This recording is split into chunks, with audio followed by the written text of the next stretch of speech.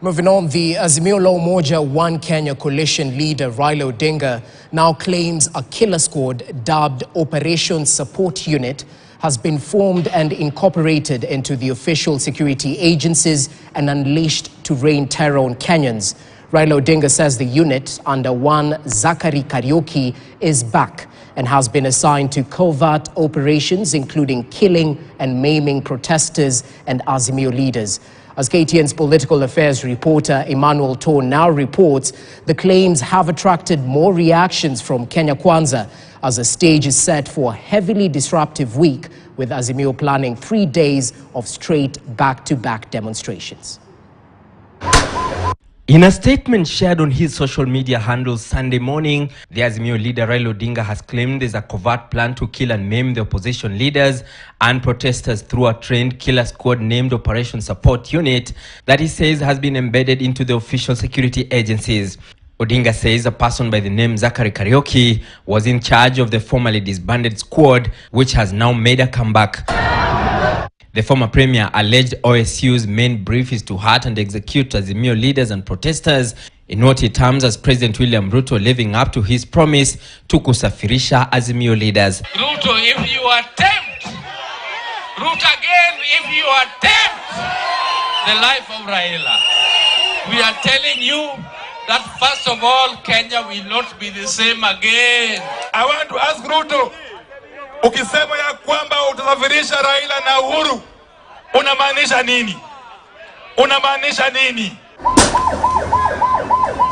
Odinga adds that OSU was in action in Kamukunji, Jogoro and Mlolongo during the second phase of demos on Wednesday, firing at protesters and killing some. Na ukiona kama wanasema tumefanya maovu, tumekiuka sheria, tuko tayari kushikwa na kupelekwa mahakamani. Hakuna mtu Kenya hii ambaye iko juu ya sheria.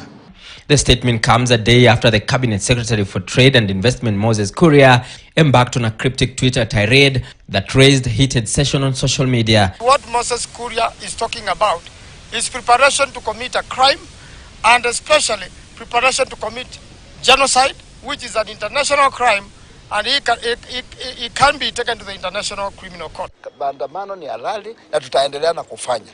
Hata tukiona watu wakijipika vifua na kusema ati wataua watu, utaua Wakenya wagapi? Hata kama utaua Wakenya wote, utambaki na nani? Despite the allegations, the former premier says the opposition will still soldier on, with more street action expected from Wednesday through to Friday, with an aim to cripple the Kenya Kwanza administration. Wiper leader Kalonzo Musyoka has threatened to take President William Ruto's administration to the International Criminal Court for violating human rights during demonstrations witnessed in the past 2 weeks. Hapa mnaweza kuhujumu hali ya demokrasia, mnaweza kuhujumu vile vile hali ya delivery of justice. Lakini there is a higher court which sits at the Hague. Yule ambaye ametoa hiyo amri ndiye atakuwa held responsible, and of course individual responsibility as well.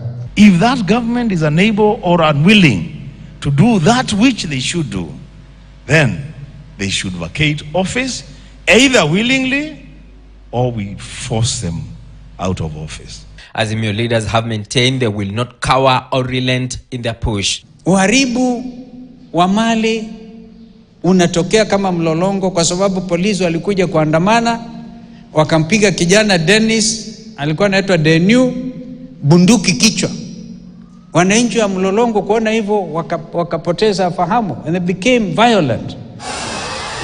President William Ruto and Odinga are expected to lock horns in the third wave of the demonstrations that are expected to have far-reaching consequences. Emmanuel To, KTN News, Nairobi. Meanwhile, Kenya Kwanza leaders from the central region